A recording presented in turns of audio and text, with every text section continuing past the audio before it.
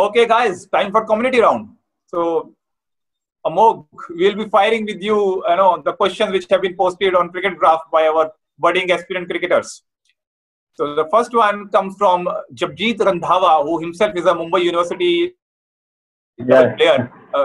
He asked that, how to strike a balance between physical strength, doing the weight training, and at the same time remain lightweighted. एक तो चीज ऐसी है कि हमें लगता है कि वेट ट्रेनिंग यानी एक्सरसाइज जब हम करते हैं, कोई भी एक्सरसाइज, जैसे मान लीजिए स्क्वाट करते हैं, जब हम स्क्वाट करते हैं तो स्क्वाट जब तक हमसे हो पाए तब तक हम वो रेपिटेट करते रहेंगे, 10 रेपिटेशन 12 रेपिटेशन जो कुछ भी है, और फेलियर तक जाएंगे, जिसको हमारी भाषा में फेलियर बोलते हैं, यानी जब तक कर पाए तब तक करना है।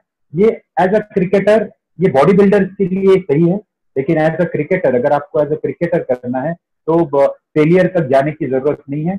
आपको उतना वेट लेना है जहां पे आप, जस्ट फॉर ले पर्सन मैं बोल रहा हूँ, अगर वो खुद के खुद अगर ट्रेनिंग कर रहे हैं तो उनके लिए मैं बोल रहा हूँ, ऐसा वेट लेना है जहां पे वो 10 रेपिटेशन कर पाए और उसका आधा repetition, half the number of reps करने, यानी उतना वेट जहां पे 10 रेपिटेशन वो कर पाए, लेकिन करना तो 5 ही रेप्स, जिसकी वजह से उनकी साइज भी नहीं बढ़ेगी, जिसकी वजह से स्टिफनेस नहीं आएगा। अगर आप फेलियर तक जाते हो तो स्टिफनेस आने के चांसेस बहुत ज्यादा बढ़ जाते हैं, because of a lot of biochemical issues inside your body.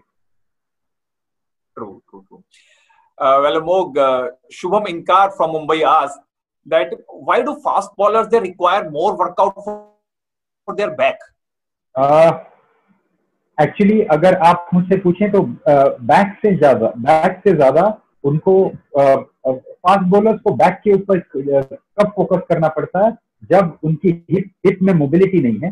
Hip में मोबिलिटी यानी आपका जो जॉइंट रहता है वो जॉइंट अच्छी तरह घूम नहीं पाता है, रिस्ट्रिक्शंस हो जाते हैं उसमें, और जिसकी वजह से अगर आपका हिप जॉइंट काम नहीं कर रहा है, मूवमेंट नहीं कर रहा है, तो दूसरे जॉइंट को ज्यादा काम करना पड़ता है। तो दूसरे जॉइंट्स कौन से हैं? उसके ऊपर लो बैक है, उसके नीचे घुटने। तो अगर आपका हिप अच्छी तरह काम नहीं करेगा तो आपके लो बैक को ज्यादा काम करना पड़ेगा या आपके नी को ज्यादा काम करना पड़ेगा, जिसकी वजह से वहां पे वेयर एंड टेयर ज्यादा होता है। लो बैक में इश्यूज होते हैं जैसे स्लिप डिस्क और बहुत सारे फैसेट जॉइंट हो, बहुत सारे इश्यूज होते हैं, या घुटने में इश्यूज शुरू होते हैं अगर आपका हिप रिस्ट्रिक्टेड हो। तो एज अ फास्ट बॉलर मेरी जो व्यूअर्स हैं उनसे एक सजेशन है कि आपके जो 2 जॉइंट्स हैं आपके बॉडी में, उसको सबसे ज्यादा मोबाइल आपको, जिसकी वजह से बहुत सारे जो इश्यूज हैं बड़े लेवल पे कम हो जाएंगे। एक है आपका शोल्डर और दूसरा है आपका हिप। ये 2 जॉइंट में अच्छी मोबिलिटी अगर आप रखेंगे, जिसकी वजह से रिस्ट्रिक्शंस नहीं रहेंगे, तो आपके बाकी के जॉइंट अपने आप उनके लेवल पे काम करते रहेंगे। लेकिन जब कभी भी ये 2 जॉइंट्स में रिस्ट्रिक्शंस आना शुरू हो जाते हैं, तब बाकी के जॉइंट्स को ज्यादा काम करना पड़ता है। एज एन एनोलॉजी अगर मैं दूं, अगर ऑफिस में 4 लोग काम कर रहे हैं, उसमें से 2 लोग छुट्टी पे चले गए हैं, तो बाकी के जो 2 लोग हैं उनके ऊपर वर्कलोड बढ़ जाता है। बस 3 चीजें, अगर आपके 2 जॉइंट में से एक जॉइंट अगर आपका कम काम कर रहा है, एफिशिएंसी कम है, तो बाकी के जॉइंट्स को उतना ही ज्यादा काम करना पड़ता है, क्योंकि आपने ब्रेन को बोला है कि मुझे वहां जाके बैट्समैन को फास्ट डालना है। तो बॉडी किसी ना किसी हिसाब से वो फोर्स जनरेट करने की कोशिश करेगी, जिसमें अलग अलग जॉइंट काम ज्यादा करेंगे। वेल अमोघ, ध्रुव पूछते हैं कि लॉकडाउन के दौरान, या यूं कहें कि जब आप क्रिकेट में एक्टिव नहीं हैं, मॉनसून सीजन है या for some reason you are not actively playing cricket, किन पैरामीटर पे फिटनेस के फोकस करना चाहिए? रीजन बीइंग आप एक्टिवली खेल नहीं रहे हैं बट आपको बॉडी मैनेज करनी है सो दैट सीजन के लिए प्रिपेयर हो सके। सो वो कौन से वो पैरामीटर्स हैं जहां फोकस करना बहुत जरूरी है? एक तो आपकी स्ट्रेंथ लेवल ड्रॉप नहीं होनी चाहिए। अभी लोगों का एक मानना है कि स्ट्रेंथ लेवल ड्रॉप होंगे क्योंकि हम वेट ट्रेनिंग नहीं कर रहे हैं।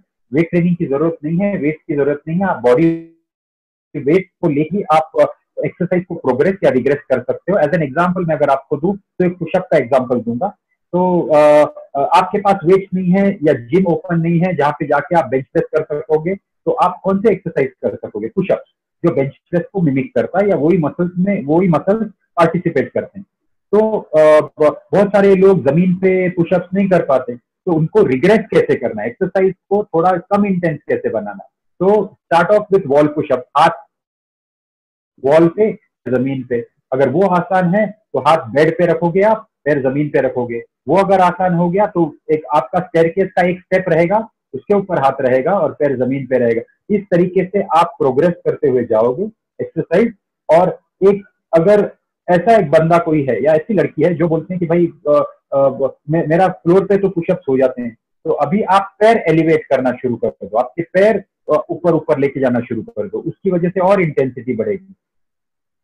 तो जरूरी नहीं कि आपको वेट चाहिए, आप घर बैठे भी एक्सरसाइज को प्रोग्रेस और रिग्रेस कर सकते हो। और यूट्यूब पे ऐसे बहुत सारे वीडियोस हैं जो आपको बॉडी वेट ट्रेनिंग कैसे प्रोग्रेस करने और कैसे रिग्रेस करने उसकी जानकारी बहुत अच्छी तरह से देते हैं। Thanks Amogh. And cricket update एक पेज है जो पूछ रहा है कि क्या टिप्स आप देना चाहेंगे फास्ट बॉलर को? Although I believe you have already answered this question, but you know I will add a little twist to it. Amogh, I hope you will also agree कि क्रिकेट के अंदर फास्ट बॉलिंग ही एक ऐसा skill है जिसकी longevity में हमेशा issue रहता है। एक फास्ट बॉलर का करियर बहुत ज्यादा स्पैन तक नहीं जा पाता है। हम देखते हैं जाहिर भी 10-12 साल तक खेले बट इश्यूज रहे। तो आप क्या एडवाइस देना चाहेंगे कि how to maintain a body for a fast bowler so that it can have a longevity? एक तो पहली बात, अगर अब अभी के एथलीट या अभी का जो ह्यूमन है, एक आदमी है, आदमी औरत है, इंसान जो है अभी का, आप बैठता है एक जगह पे, वो आप घर पे सोफे पे हो, ऑफिस में कुर्सी पे हो, गाड़ी चलाते वक्त गाड़ी में बैठे, क्रिकेटर रहेगा वो ड्रेसिंग रूम में बहुत ज्यादा टाइम स्पेंड करेगा, चेयर पे बैठेगा, तो उसकी वजह से जितना ज्यादा बैठेगा, अभी एक नया एक कोट आया है, sitting is second to smoking.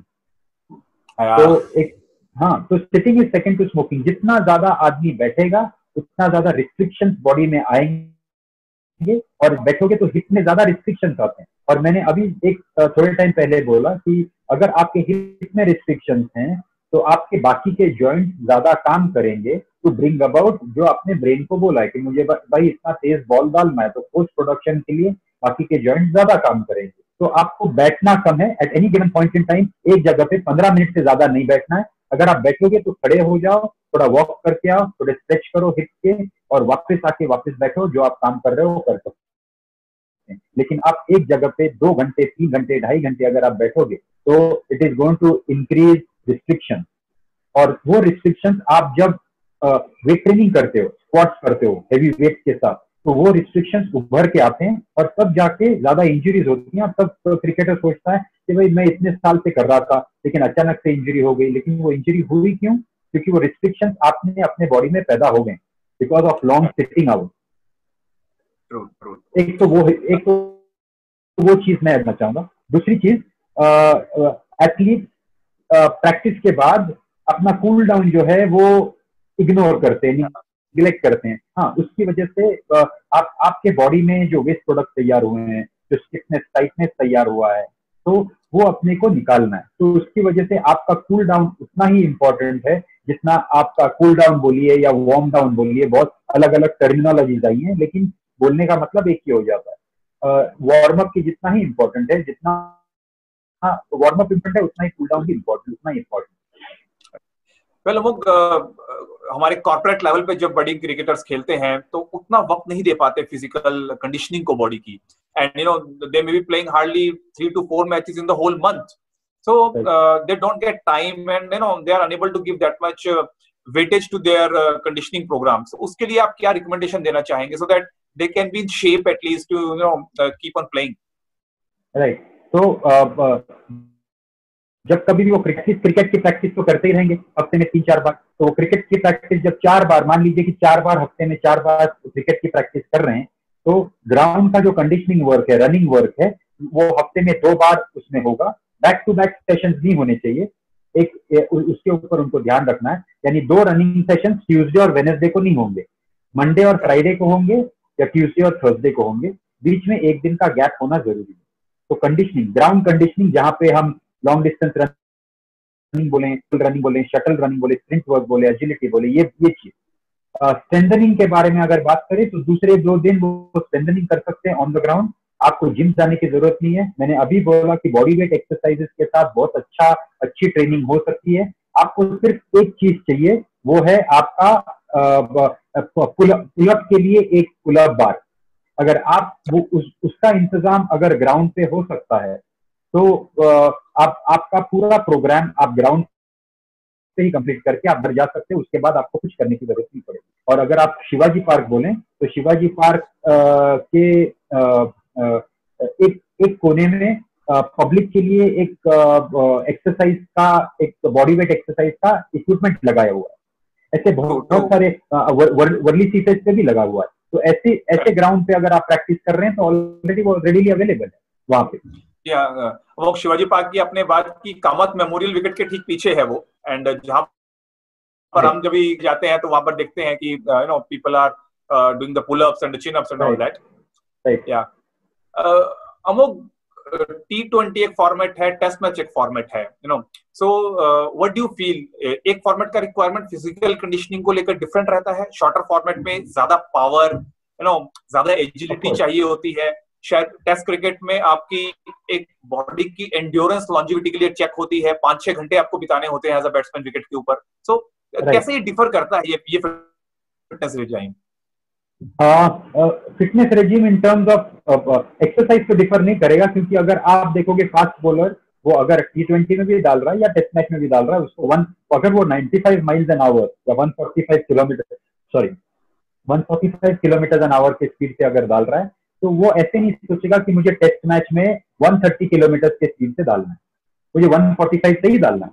तो उसका जो कंडीशनिंग वर्क रहेगा, उसका जो जिम सेशंस और वो सब रहेंगे वो ऑलमोस्ट सिमिलर रहेंगे, बस ट्वीकिंग रहेगा जो ग्राउंड कंडीशनिंग में रहता है, उसी में ट्वीकिंग रहेगा जहाँ पे इंटरवल ट्रेनिंग थोड़ी ज्यादा रहेगी, जिसकी वजह से वो 6 घंटे ग्राउंड पे बिता सकता है। Okay, Mohg, so this was all from our community round.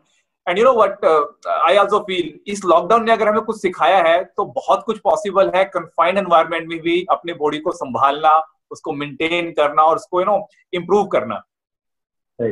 तो अगर आप मुझे दर्शकों के लिए एक सजेशन देना चाहूंगा कि अगर आप 4 days a week, बंबई में जो है वो बाहर नहीं जा सकते, बंबई के बाहर अगर थोड़ा रिलैक्स हुआ है लॉकडाउन तो वो बाहर जाके थोड़ी ट्रेनिंग कर सकते हैं, लेकिन बंबई वालों के लिए खासकर अगर 4 days a week अगर वो निकाल सकते हैं तो 2 दिन घर पे ही कंडीशनिंग, जो ग्राउंड पे कंडीशनिंग होता है वो घर पे भी हो सकता है। और वो कैसे होगा, आपके प्ले स्टोर या ऐप स्टोर पे एक ऐप का नाम है टबाटा टाइमर। ओके, टबाटा टाइमर पे आपको वर्क में 30 सेकेंड डालना है, रेस्ट में 30 सेकेंड डालना है और ऐप को स्टार्ट करना है। और आपको एक्सरसाइज कौन से करने हैं, एक्सरसाइज जैसे जंपिंग जैक हुए, इन प्लेस स्किपिंग हो गया, इन प्लेस जॉगिंग हो गया या स्प्रिंटिंग हो गया इन प्लेस, और बर्पीज हो गए, ऐसे सारे एक्सरसाइजेस अगर आप करेंगे तो ग्राउंड कंडीशनिंग के बराबर जैसे वो एक्सरसाइज हो जाएंगे। और स्ट्रेंथ एक्सरसाइज जैसे मैंने बोला, बॉडी वेट एक्सरसाइज बहुत लोगों के पास थेराबैंड रहते हैं, और मॉडिफिकेशन, अगर आप बोलोगे पुशअप बहुत ज्यादा इजी हो रहा है तो हर एक के पास बैकपैक रहता है, जहाँ पे बैकपैक जो डालते हैं उसमें थोड़े बुक्स डालने हैं, पीठ के ऊपर बैकपैक जैसे हम स्कूल में जाते हैं, कॉलेज में जाते हैं, ऑफिस में जाते हैं, वैसे लेना है और उसके साथ पुशअप करना है जिससे एडिशनल वेट हो जाए। तो हमें एडिशनल वेट की जरूरत नहीं है। अगर देखा जाए तो इस लॉकडाउन में हम डेफिनेटली थोड़े क्रिएटिव होके एक्सरसाइजेस बना सकते हैं अब खुद के लिए, या अगर आप ट्रेनर, अगर कोई भी ट्रेनर देख रहा है तो अपने एथलीट के लिए डेफिनेटली बना सकता है। Okay, so much of insights to the fitness of cricket we had this evening. Thank you, Amogh, so much once again. Thank you very